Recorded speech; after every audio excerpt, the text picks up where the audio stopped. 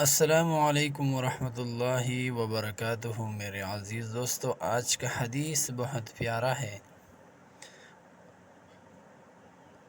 آئیے سنتے ہیں کہ جو لوگ تکبر اور غرور سے زمین پر چلتے ہیں ان کے لیے ہمارے اور آپ کا نبی کیا فرماتا ہے۔